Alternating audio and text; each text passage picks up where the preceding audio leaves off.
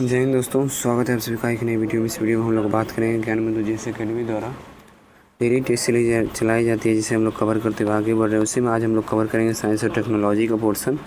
Question कुल होंगे इसमें 50 और 8 तारीख को करवाया गया एप्लीकेशन पे। हम लोग 3-4 सेट पीछे हैं, जिसे हम लोग कवर कर लेंगे बहुत जल्दी, ठीक है। और आपको मैं बता दूं, इसका PDF चाहिए तो टेलीग्राम ग्रुप से जुड़ना पड़ेगा। टेलीग्राम में एक पेड ग्रुप है, इसका चार्ज है मात्र 11 रुपये। अगर आप अभी ज्वाइन करते हैं तो आपको इस मंथ का तो जो 3-4 सेट बचा है उसका PDF मिलेगा ही, बाकी अगले मंथ का भी मिलेगा। इससे ये होगा कि आपको 4-5 सेट या 6 सेट का एक्स्ट्रा फ़ायदा हो जाएगा, ठीक है। बाकी नेक्स्ट मंथ का तो आपको वैलिडिटी रहेगा ही। तो उसके लिए आप मेरे से टेलीग्राम पे बात कीजिए, फिर आगे की बात होगी। फिर वहाँ पे QR दूंगा, आप पेड कीजिएगा, ज्वाइन कर दूंगा। चलिए स्टार्ट करते हैं। क्वेश्चन नंबर 1, निम्न कथनों पर विचार कीजिए। क्लोरोफिल को प्रकाश संश्लेषण इकाई कहा जाता है। बिल्कुल सही है, क्लोरोफिल को प्रकाश संश्लेषण इकाई कहा जाता है। हरित लवक को प्रकाश संश्लेषण अंगक कहते हैं। ये भी सही है, क्लोरोफिल के अंदर ही हरित लवक होता है। हरित लवक कहाँ होता है? क्लोरोफिल के अंदर ही होता है, इसलिए हरित लवक को प्रकाश संश्लेषण अंगक कहा जाता है। प्रकाश संश्लेषण का सीमांत कारक CO2 है। ये भी सही है, इसमें से सभी सही है, इसका आंसर हो जाएगा उपयुक्त में से सभी। ईंधन के जलते समय उनमें उपस्थित कार्बन तथा हाइड्रोजन क्या होता है? तो ईंधन के जलते समय उनमें उपस्थित कार्बन तथा हाइड्रोजन जो है कार्बन डाइऑक्साइड तथा जलवाष्प में बदल जाते हैं। किस में बदल जाते हैं? कार्बन डाइऑक्साइड और जलवाष्प में बदल जाते हैं। और मैं आपको बता दूं, किसी भी पदार्थ को जलने के लिए ऑक्सीजन की उपस्थिति जरूरी है। ऑक्सीजन की उपस्थिति अनिवार्य है। नेक्स्ट, तारे का रंग उसके ताप का पता चलता है। इस आधार निम्न कथनों पर विचार करें तथा कूट में सही उत्तर दें। जिन तारों का तापमान निम्न होगा वे लाल प्रतीत होंगे। ये सही है, ठीक है। जिन तारों का तापमान उच्च होगा वे श्वेत प्रतीत होंगे। ये भी सही है। जिन तारों का ताप अति उच्च होगा वे नीले प्रतीत होंगे। ये भी सही है। तो 1, 2, 3 तीनों सही है। निम्न कथनों पर विचार कीजिए। धमनियाँ अशुद्ध रक्त को विभिन्न अंगों से हृदय की ओर ले जाती है। ये गलत है। धमनियाँ जो है शुद्ध रक्त को हृदय से विभिन्न अंगों की तरफ ले जाती है, ठीक है। तो यहाँ पे धमनियाँ की जगह सिरा लिखा होता तो ये पॉइंट पूरा सही हो जाता, और यहाँ पे धमनी लिखा जाए तो ये पॉइंट जो है पूरा सही लिखा हो जाएगा, ठीक है। धमनी शुद्ध रक्त को हृदय से शरीर के विभिन्न अंग की ओर ले जाती है, और सिरा जो है अशुद्ध रक्त को विभिन्न अंग से हृदय की ओर ले जाती है। तो इसका आंसर हो जाएगा ना तो 1 ना तो 2 सही है। हाइड्रोजन को भविष्य का ईंधन कहा जाता है क्योंकि हाइड्रोजन को भविष्य का ईंधन इसलिए कहा जाता है। ऑप्शन पढ़ते हैं। हाइड्रोजन का ऊष्मीयमान सबसे अधिक होने के कारण कम हाइड्रोजन खपत से ही अत्यधिक ऊर्जा प्राप्त की जा सकती है। ये बिल्कुल सही है, क्योंकि हाइड्रोजन का जो ऊष्मीयमान है 150 यानी 150 किलो जूल प्रति ग्राम है। कितना है? 150 किलो जूल प्रति ग्राम। और हम लोग जो यूज करते हैं LPG तो और मीथेन जो भी रहता है, इसका जो है ना लगभग 55 किलो जूल प्रति ग्राम के आसपास है। तो आप इससे अंदाज़ा लगा सकते हैं कि जितने दूर में, मतलब जितना खर्च में हम LPG के जितना खर्च में हम 1 घंटा यूज करेंगे, उतने में से 3 गुना हाइड्रोजन के खर्च में यूज करेंगे, ठीक है, क्योंकि लगभग 3 गुना 150 होता है। तो वही है। नेक्स्ट, पहला तो सही हो गया। हाइड्रोजन के जलने से उत्पाद के रूप में सिर्फ जल बनता है, जिससे किसी प्रकार का प्रदूषण फैलने की आशंका नहीं है। ये भी सही है। नेक्स्ट है, हाइड्रोजन गैस का सबसे बड़ा स्रोत जल है, जो एक नवीनकरणीय प्राकृतिक संसाधन है। ये भी सही है। तो इसका आंसर हो जाएगा इनमें से सभी।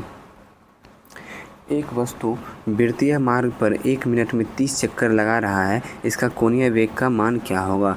तो कोणीय वेग निकालने के लिए इसका फॉर्मूला होता है ओमेगा बराबर 2πn, और n बराबर हो गया 1 सेकेंड में लगाए गए चक्करों की संख्या। n बराबर क्या हो गया? 1 सेकेंड में लगाए गए चक्करों की संख्या। तो 1 मिनट में अगर 30 चक्कर लगा रहा है, यानी 60 सेकेंड में 30 चक्कर, तो 1 सेकेंड में कितना? हाफ चक्कर हो जाएगा, 1/2 चक्कर, ठीक है। इतना चीज़ क्लियर हो गया। अब आगे बढ़ते हैं। इसका फॉर्मूला है ओमेगा बराबर 2πn, ठीक है। तो 2 पाई और n के जगह पे हमें क्या रखना होगा? 1/2, जो अभी हम निकाले थे कि 1 मिनट में 30 चक्कर यानी 60 सेकेंड में 30 चक्कर, तो 1 सेकेंड में आधा चक्कर। तो ये 2 कट गया, तो इसका आंसर क्या आ जाएगा? पाई रेडियन पर सेकेंड। क्या आ जाएगा? पाई, सिर्फ पाई बच रहा है, पाई रेडियन पर सेकेंड इसका आंसर हो जाएगा। बाकी आपको अगर समझ में नहीं आ रहा है कोई जैसे न्यूमेरिकल्स समझ में नहीं आता है तो वो न्यूमेरिकल्स आपको जो मैं पेड ग्रुप में नोट्स देता हूँ, हैंड रिटेन नोट्स, उसमें अच्छे से समझ आ जाएगा क्योंकि उसमें अच्छे से बनाया हुआ रहता है। ठीक है, और मैं खुद ही अपने हाथ से लिखता हूँ तो वो अच्छे से बनाया हुआ रहता है। जो सर पढ़ाते हैं उसी तरीके से मैं अपना नोट बनाता हूँ। ठीक है, कुछ बच्चे का इसमें डाउट रहता है कि कुछ का आंसर जो है आप डायरेक्ट ABCD लिख देते हैं। हाँ, सही बात है कि कुछ क्वेश्चन जो है उसका आंसर हम डायरेक्ट ABCD लिख देते हैं क्योंकि उसमें कुछ डिस्कशन लिखने लायक रहता ही नहीं है। अगर आप क्वेश्चन को गौर से देखेंगे फिर आपको समझ में आएगा कि हाँ सही है। फिर मैं उन बच्चों को बताता हूँ कि आप एक बार क्वेश्चन को पढ़िए फिर आपको समझ में आएगा। हाँ, तो फिर जब वो पढ़ के आते हैं फिर बोलते हैं हाँ ठीक है भैया। ठीक है, तो चलिए नेक्स्ट क्वेश्चन की तरफ बढ़ते हैं। किस धातु पर तनु HNO3 नाइट्रिक अम्ल की अभिक्रिया से हाइड्रोजन गैस उत्पन्न होती है? देखिए, दो प्रकार के एक होते हैं तनु अम्ल, एक होते हैं सांद्र अम्ल। क्या होते हैं? एक होते हैं तनु अम्ल, एक होते हैं सांद्र अम्ल। ठीक है, तो तनु अम्ल में जो है जल की मात्रा ज़्यादा होती है। तनु अम्ल में क्या होती है? जल की मात्रा ज़्यादा होती है, और सांद्र अम्ल में अम्ल की मात्रा जल की मात्रा से कम होती है। एक सेकेंड, उल्टा मैं बोल दिया हूँ, फिर से समझिएगा। तनु अम्ल में जल की मात्रा ज़्यादा होती है, सांद्र अम्ल में जल की मात्रा कम होती है। ठीक है, मैं सही बोल रहा था, इसे अच्छे से समझने की चीज़ है। तनु अम्ल में जल की मात्रा ज़्यादा होती है, सांद्र अम्ल में जल की मात्रा कम होती है। अगर जल की मात्रा सांद्र अम्ल में कम हो रही है इसका मतलब अम्ल की मात्रा अधिक है। तो क्वेश्चन है किस धातु पर तनु HNO3 नाइट्रिक अम्ल की उपस्थिति से हाइड्रोजन गैस उत्पन्न होता है? तो सिर्फ दो धातु, इसे ध्यान रखिएगा, एक है मैग्नीज और दूसरा है मैग्नीशियम। एक है मैग्नीज, दूसरा है मैग्नीशियम। मैग्नीज और मैग्नीशियम ही तनु अम्ल से अभिक्रिया करके H2 उत्पन्न करता है, यानी हाइड्रोजन उत्पन्न करता है। ठीक है, तो इसे अपने कॉपी में नोट तो आप लोग नहीं कर रहे होंगे, मुझे पता है, क्योंकि मैं नोट दे देता हूँ, उससे आप लोग काम चला रहे होंगे। तो इसका आंसर हो जाएगा मैग्नीज। क्या होगा? Option number B, manganese. Next है, निम्नलिखित में से कौन सा कथन असत्य है? असत्य कथन बताना है, पढ़ लेते हैं। जिस द्रव जिस बर्तन में रखा जाता है उस बर्तन की भीतरी सतह पर दाब आरोपित करता है। हाँ, बिल्कुल सही है। द्रव जिस बर्तन में रखा जाएगा उस बर्तन के भीतरी सतह पे जो है जहाँ से टच कर रहा है, ठीक है, उस पर ये दाब आरोपित करता है, ये सही है। नेक्स्ट, द्रव के भीतर किसी भी क्षैतिज तल पर सभी बिंदु का दाब समान होता है, ये भी सही है। द्रव का दाब द्रव की गहराई के समानुपाती होता है, ये भी सही है। तो लास्ट ऑप्शन गलत हो जाएगा, ऑप्शन नंबर डी आंसर होगा जब तीनों सही है। द्रव में किसी बिंदु पर द्रव का दाब द्रव के घनत्व के व्युत्क्रमानुपाती नहीं होगा, द्रव के घनत्व के समानुपाती होगा। क्या होगा? समानुपाती। चलिए आगे बढ़ते हैं। पौधों में श्वसन के दौरान उत्सर्जित CO2 दिन के समय वातावरण में मुक्त नहीं होती है, ऐसा क्यों? ठीक है, सबसे पहले ये जान लीजिए कि प्रकाश संश्लेषण और शोषण एक दूसरे की विपरीत प्रक्रिया है। प्रकाश संश्लेषण और शोषण जो है एक दूसरे की विपरीत प्रतिक्रिया है, इसे ध्यान रखिएगा। अब क्वेश्चन पे आते हैं। पौधों में शोषण के दौरान उत्सर्जित CO2 दिन के समय वातावरण में मुक्त नहीं होता है, ऐसा क्यों? क्योंकि उत्सर्जित CO2 का उपयोग प्रकाश संश्लेषण में कर लिया जाता है, जिसकी वजह से ये उत्सर्जित यानी वातावरण में मुक्त नहीं होता है। नेक्स्ट, भारत में जैव विविधता के संदर्भ में निम्न में से कौन सी प्रजाति एक आक्रामक विदेशी प्रजाति है? ये हो जाएगा आक्रामक विदेशी प्रजाति नहीं है, पूछा गया है तो नहीं है गुड़हल, जो कि गुड़हल का फूल जो ये भारतीय प्रजाति है। बाकी जलकुंभी, गाजर घास और अफ्रीकन कैटफिश, ये तीनों जो है विदेशी प्रजाति। अफ्रीकन कैटफिश जो है ना मांगुर मछली को बोलते हैं, किसको? मांगुर मछली को। और गाजर घास जो है ये आप ध्यान देते होंगे जब हम लोग गेहूं की बुआई करते हैं तो उसमें दो प्रकार के घास आते हैं। एक घास जो है बथुआ साग के नाम से जाना जाता है और एक और घास उसमें जो है खुद ब खुद पनपता है, वही है गाजर घास। और ये अमेरिका से जब हम हमारे देश में भेजा गया था तो जानबूझ के भेजा गया था उसमें मिला के गाजर घास को कि उपजाऊ जो है थोड़ा कम हो। अमेरिका से हम लोग जब लिए थे बीज के रूप में तो उसी समय मिला के भेजा गया था, जिसकी वजह से अभी तक उसका असर हम लोग के देश में पाया जाता है। पौधा में होने वाला वाष्पोत्सर्जन का क्या महत्व है? तो पौधा में होने वाला वाष्पोत्सर्जन का महत्व जो है, वाष्पोत्सर्जन पौधे में जल तथा खनिज लवण के परिवहन में सहायक करते हैं, सही है। वाष्पोत्सर्जन पौधे में तापक्रम संतुलन बनाए रखने में सहायक होता है, ये भी सही है। एक और दो दोनों सही है। कथन एक, कथन दो, लाल तप्त कोक पर वायु प्रवाहित करने पर जल गैस की प्राप्त होती है। देखिए, लाल तप्त कोक पर वायु अगर प्रवाहित करते हैं तो हमें क्या प्राप्त होगा?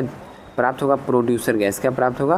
प्रोड्यूसर गैस, ठीक है। और जब हम लाल तप्त कोक पर भाप प्रभावित करेंगे तब हमें प्राप्त होगा जल गैस। तो दोनों जो है गलत है, एक और दो दोनों गलत है, option number D. Next, sodium carbonate Na2CO3 × 10H2O में सोडियम की प्रतिशत द्रव्यमान कितना है। चलिए मैं सॉल्व करने की कोशिश यहाँ पे करता हूँ, उम्मीद है आप लोग समझ भी जाइएगा, कोई हार्ड है नहीं, ठीक है। Na का जो है परमाणु क्रमांक मतलब 23, उसके बाद कार्बन 12, ऑक्सीजन 8 दूनी 16 और फिर हाइड्रोजन का 1 AMU, ठीक है। आणविक द्रव्यमान में लिखा हूँ इसका, इस सभी का, ठीक है। इतना होता है, इतना बात आप लोग को पता होना चाहिए पहले से, ये निकाला नहीं रहता, ये याद करके रखना होगा। अब क्वेश्चन पे जाइए तो इसका मॉलिक्यूलर वेट सबसे पहले निकालना होगा। Na2 दिया हुआ है, Na का 23 होता है, Na2 दिया हुआ है तो 46 हो गया, प्लस CO3 दिया हुआ है, C का कितना मैंने बताया, C का 12, तो इसका 12 हो जाएगा। वो ऑक्सीजन का कितना बताया 16, तो ऑक्सीजन O3 है तो 16 3 48 हो जाएगा। और 10H2O है तो 10H2O H का मैंने कितना बताया था, 1 बताया था, और 18 O का हो जाएगा 16, H2 का हो गया 2, और ये हो गया कितना 16, 16 2 18, 18 गुना 10 यानी 180, और जब आप इसको जोड़िएगा तो ये आ जाएगा पूरा 286 AMU। यहाँ पे आपको बहुत कम समझ आएगा, इसलिए मैं बोलता हूँ कि पेड ग्रुप में ज्वाइन हो जाइए। वहाँ पे जो मैं देता हूँ ना अपना नोट्स, उसमें अच्छे से सॉल्व किया रहता है, आप समझ जाइएगा उसमें। तो बाकी अभी जो मैं बता रहा हूँ उसे समझिए। 286 AMU आपको प्राप्त हुआ। इसमें से किसका पूछ रहा है, सोडियम का, सिर्फ Na कितना था 23 दूनी 46, तो 46/286 गुना 100 निकालिएगा तो परसेंटेज निकल जाएगा 16.08% इसका आंसर होगा। इसका आंसर हो गया ऑप्शन नंबर डी। नेक्स्ट है 4 सेंटीमीटर ऊंचाई वाले पिन को अवतल दर्पण के वक्रता केंद्र पर खड़ा करके रखा जाता है। प्रतिबिंब की ऊंचाई का मान क्या होगा, तो सेम ऊंचाई का मान होगा, अवतल दर्पण है ना इसलिए। नेक्स्ट, मनुष्य के ट्रैकिया में पाए जाते हैं क्या, तो मनुष्य के ट्रैकिया में जो पाए जाते हैं वो हैं उपास्थि के बने अपूर्ण वलय। क्या है, अपूर्ण वलय, और इसका जो लंबाई होता है वो होता है 12 सेंटीमीटर। लंबाई कितना होता है 12 सेंटीमीटर, और व्यास इसका होता है 16 मिलीमीटर। व्यास कितना होता है 16 मिलीमीटर। निम्न पर विचार कीजिए, मस्तिष्क से निकलने वाली तंत्रिकाएं कपालीय तंत्रिका, सही है। कपाल से निकलने वाला तो कपालीय होगा, सही है। और मेरुरज्जु से निकलने वाली तंत्रिकाएं मेरु तंत्रिकाएं, ये भी सही है। यहाँ कुछ अलग लिखा है, कार्नियल नर्वस होगा, ठीक है, इंग्लिश में कार्नियल नर्वस होगा, ठीक कर लीजिएगा। बाकी ये तो सही हो गया।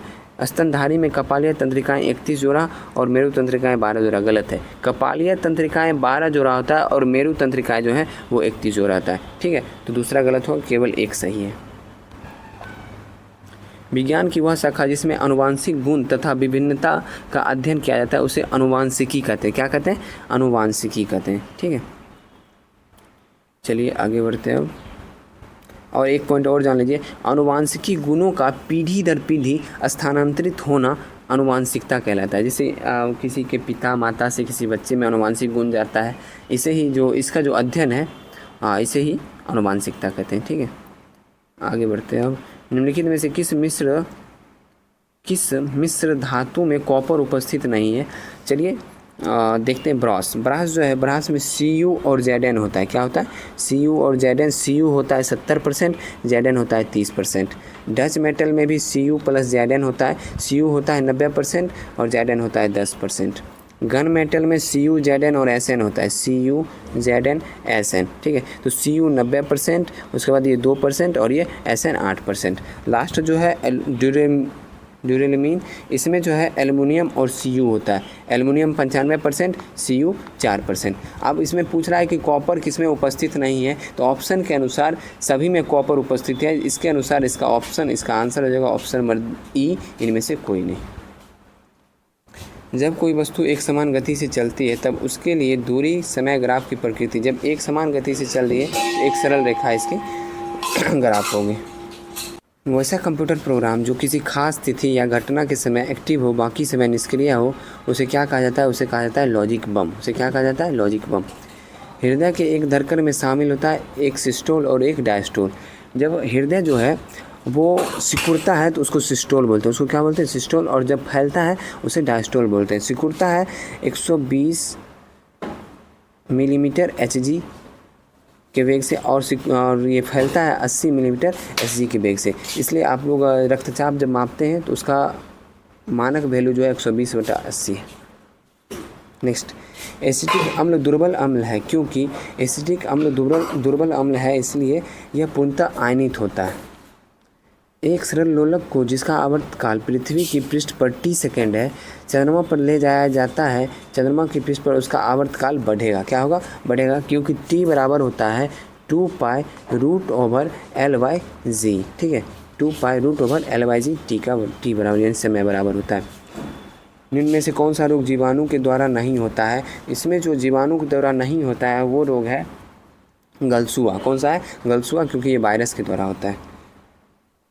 नेक्स्ट क्वेश्चन है, कोई पिंड एक समान त्वरण से गतिशील है, उसका वेग क्या? जब गतिशील है और त्वरण है तो उसका वेग जो है बढ़ता जाएगा, और मंदन रहेगा तो उसका वेग घटता जाएगा। ठीक है, सिर्फ रहता है कि एक समान वेग से गतिशील है।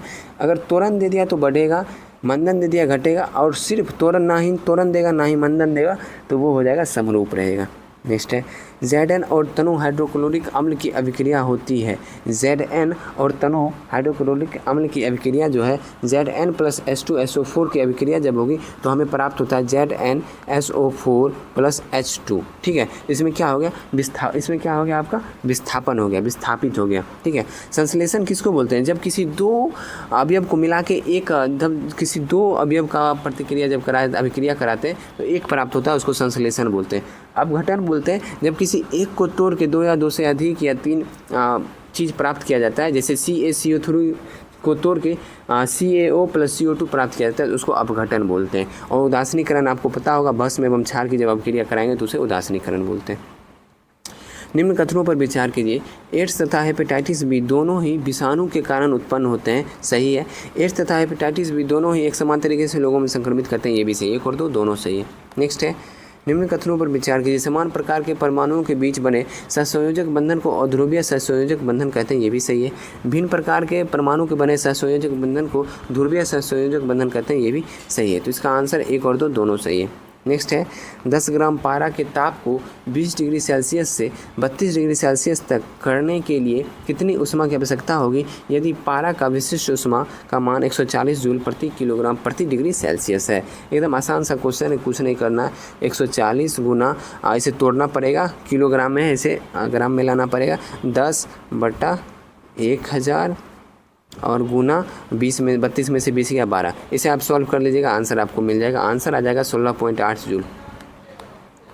भारत में दोनों संबंधित परिवेश वायु गुणवत्ता मानक के संबंध में कौन सा सम्मिलित नहीं है? औद्योगिक क्षेत्र में 75 डेसिबल सही है, वाणिज्यिक क्षेत्र में 60 डेसिबल सही है, आवासीय क्षेत्र में 45 डेसिबल होगा। ठीक है, और शांत क्षेत्र ये सही है, ये सही है। शांत क्षेत्र गलत होगा इसका। ठीक है, शांत क्षेत्र में 50 डेसिबल कहाँ से आएगा?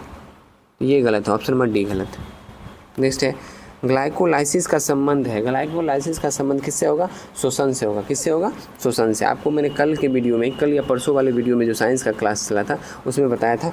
शोषण जो होता है वो 2 प्रकार की जगह में होता है, जैसे एक ग्लाइकोलाइसिस होता है, दूसरा क्रेब्स चक्र। ग्लाइकोलाइसिस कोशिका द्रव में होता है और क्रेब्स चक्र जो है वो माइटोकॉन्ड्रिया में होता है। नेक्स्ट है, MnO4- में Mn की ऑक्सीकरण संख्या कितनी है? MnO4 में जो है Mn की ऑक्सीकरण संख्या ये हो जाएगा आपको +7।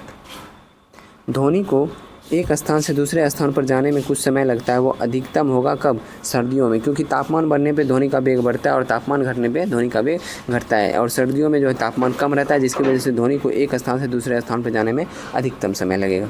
नेक्स्ट, सबसे छोटा जीव जो स्वयं विकास एवं प्रजनन करने में समर्थ है तो वो कौन सा हो जाएगा? वो हो जाएगा माइकोप्लाज्मा।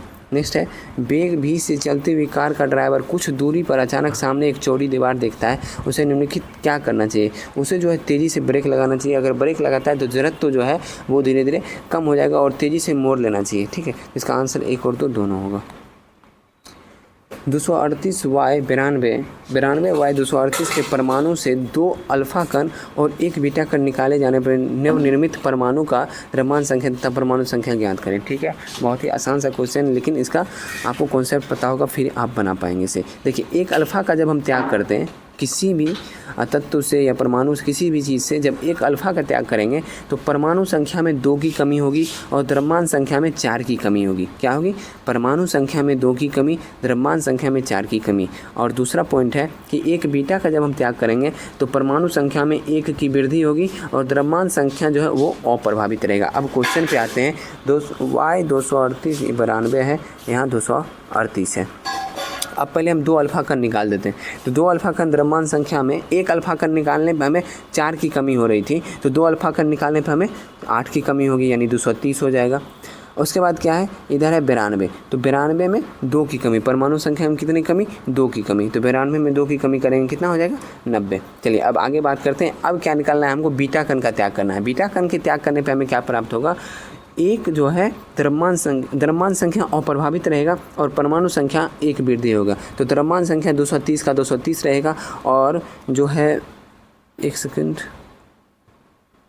और जो है इसमें परमाणु संख्या इसमें 1 की वृद्धि हो जाएगी। 1 की क्या होगी, वृद्धि हो जाएगी।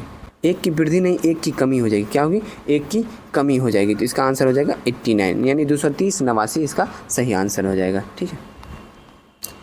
मनुष्य सेल्यूलोज को नहीं पचा सकता है जबकि गाय पचा सकती है, क्योंकि गाय के आहार नाल में ऐसा जीवाणु होता है जो सेल्यूलोज को पचा सकता है। निम्नलिखित में से कौन सा विकल्प सही सुमेलित है। कास्टिक सोडा NaOH सही है। विरंजक चूर्ण CaOH का होल टू प्लस Cl2, इसका जब हम क्रिया कराते हैं तो विरंजक चूर्ण प्राप्त होता है, सही है। नीलाथ होता CuSO4 × 7H2O, यही गलत है। नीलाथ होता CuSO4 × 5H2O होगा, क्या होगा 5H2O, और plaster of Paris CaSO4 ½ H2O सही है। किसी कार में 12 वोल्ट के हेडलाइट में 4 एम्पियर की धारा 10 मिनट के लिए प्रवाहित होती है, इतने समय में व्यय ऊर्जा का मान क्या होगा। तो ऊर्जा का मान आपको निकालना पड़ेगा, W = VIE। ठीक है, इसे सॉल्व कीजिएगा, निकल जाएगा। V दिया हुआ है 12, I आपका हो गया 4 एम्पियर गुना 10 मिनट में, और 10 मिनट को सेकेंड में चेंज कर दीजिए, इसे सॉल्व कीजिएगा, आंसर आ जाएगा 28,800 जूल। पर्यावरण में अभिक्रिया, पर्यावरण से अभिप्राय, पर्यावरण उसको बोलते हैं, उसको क्या बोलते हैं, दुनिया में जितनी भी चीज़ें वो पर्यावरण है। सीधा सीधा ये समझिए, दुनिया की जितनी भी चीज़ें हैं वो पर्यावरण है। इसका आंसर हो जाएगा ऑप्शन नंबर D, बाकी आप लोग पढ़ लीजिएगा। निम्न कथनों पर विचार कीजिए। तत्व के अणु एक ही प्रकार के परमाणु से बने होते हैं, सही है। यौगिक के अणु अलग अलग प्रकार के परमाणु से बने होते हैं, ये भी सही है। इसका आंसर हो जाएगा 1 और 2 दोनों। नेक्स्ट, निम्न में से कौन सा एक कृत्रिम मधुरक है जिसका प्रयोग सामान्य चीनी के स्थान पर भोज्य एवं पेय पदार्थ में किया जाता है। तो ये कौन क्या है बताइए, ये है एस्पर्टम। क्या है, एस्पर्टम। नेक्स्ट है, तीव्र प्रजनक रिएक्टर में किसका प्रयोग करने की आवश्यकता नहीं है। तीव्र प्रजनक रिएक्टर में मंदक का प्रयोग करने की आवश्यकता बिल्कुल भी नहीं है। ZNO तथा Cr2O3 उत्प्रेरक की उपस्थिति में कार्बन मोनोऑक्साइड का अवकरण करने से प्राप्त होता है क्या। तो कार्बन मोनोऑक्साइड का अवकरण करने से प्राप्त होता है CH3OH। नेक्स्ट, विभिन्न विद्युत युक्तियों में व्यापक रूप से इस्तेमाल होने वाला अवरक जो है ये क्या होता है, उष्मा का चालक होगा, विद्युत का कुचालक होगा। हाँ ठीक है, ऑप्शन नंबर A सही है, उष्मा का चालक, विद्युत का कुचालक। निम्न कथनों पर विचार कीजिए। कांच की छड़ को रेशम के कपड़े से रगड़ने पर कांच का छड़ ऋण आवेशित होगा। कांच की छड़ को रेशम के कपड़ों से रगड़ने पर कांच का छड़ ऋण आवेशित होगा, ये गलत है। ऋण आवेशित नहीं, धन आवेशित होगा, उल्टा लिखा हुआ इसमें। ठीक है। एवोनाइट की छड़ को बिल्ली की खाल से रगड़ने पर एवोनाइट की छड़ धन आवेशित नहीं, ऋण आवेशित होगा, दोनों गलत है, ना तो 1 ना तो 2 हो। क्षारीय मृदा धातु होते हैं क्या। तो क्षारीय मृदा धातु जो है वो प्रबल अवकारक होते हैं। क्या होते हैं, प्रबल अवकारक होते हैं। निम्न में से कौन सा सही नहीं है, निम्न में से कौन सा सही नहीं है। सबसे हल्का तत्व हाइड्रोजन सही है, सबसे हल्की धातु लिथियम सही है, सबसे हल्का गैस हीलियम नहीं, हाइड्रोजन ही होगा, सबसे हल्का गैस भी हाइड्रोजन ही है, सबसे भारी धातु ऑस्मियम। तो ऑप्शन नंबर C आंसर होगा। 20 सेंटीमीटर फोकस दूरी एक अवतल लेंस। इस क्वेश्चन को मैं आज नहीं बनाऊंगा, इस क्वेश्चन को आप लोग खुद ही बनाइएगा। प्रत्येक सेट में एक क्वेश्चन बना रहा हूँ, 1/v - 1/u = 1/f वाला फॉर्मूला लगेगा, आप लोग इसे बनाइए। आंसर इसका हो जाएगा 1.6 सेंटीमीटर। नहीं बनता है तो पेड ग्रुप में जो PDF देता हूँ हैंडी 10 नोट्स वाला, उसमें देख लीजिएगा, बना हुआ है। ठीक है। साइबर आक्रमण तथा आंकड़ों की चोरी के डर से बचने हेतु centre for development of advance computing (SIDEC) द्वारा बनाए गए सॉफ्टवेयर का नाम है नयन। क्या नाम है, नयन। तो आज का सेट यहीं समाप्त हो गया। आशा करता हूँ सेट पसंद आया हो। सेट पसंद आया है, वीडियो को लाइक कर दीजिए। चैनल पर नए आए हैं, चैनल को सब्सक्राइब कर लीजिए। पेड ग्रुप में ज्वाइन होना है तो आप मेरे से टेलीग्राम पर बात कर लीजिए। टेलीग्राम पर बात करने के बाद आपको मैं अपना QR कोड दूंगा, तो उसके बाद फिर आप उस पर पे कीजिएगा, मैं आपको पेड ग्रुप में ऐड कर दूँगा। लेकिन अदरवाइज़ आप कहीं भी पेड करते हैं उसका मैं जिम्मेदारी नहीं लूँगा, और इसमें कोई बड़ा चार्ज मैं ले नहीं रहा हूँ। मात्र 11 रुपये। 11 रुपये इसलिए ले रहा हूँ कि मैं अकेला क्यों आप लोग के पीछे, मतलब टेस्ट में जो है टेस्ट खरीदने में पैसा लगता है, ऐसे वैसे थोड़ी ना करवा देता हूँ, पैसा लगता है, उसके बाद मैं नोट्स बना के भी दे रहा हूँ। बस मेरा मेन पॉइंट है कि आप लोगों में से अगर 5-7 आदमी भी 10 आदमी भी जुड़ जाते हैं हमसे पेड ग्रुप में तो कुछ हेल्प हो जाएगा, बाकी मैं अपना पैसा लगा के उसे बाय कर लिया करूँगा, और कोई इसमें बड़ा मोटिव है नहीं। ठीक है, 5-7-10 भी जुड़ते हैं तो वो भी काफ़ी है, मेरे को ज़्यादा चाहिए भी नहीं। चलिए, तो अगर आप लोग को जुड़ना है तो टेलीग्राम में बात करके जुड़ जाइएगा। मैं कहीं भी अन्य जगह अपना QR नहीं दे रखा हूँ, तो अन्य जगह आप लोग पे नहीं कीजिएगा, मैं पहले आप लोग को हिदायत दे रहा हूँ। जब तक मेरे से बात नहीं करते तब तक आप लोग पे नहीं कीजिएगा। चलिए, मिलते हैं नेक्स्ट वीडियो में। जय हिंद।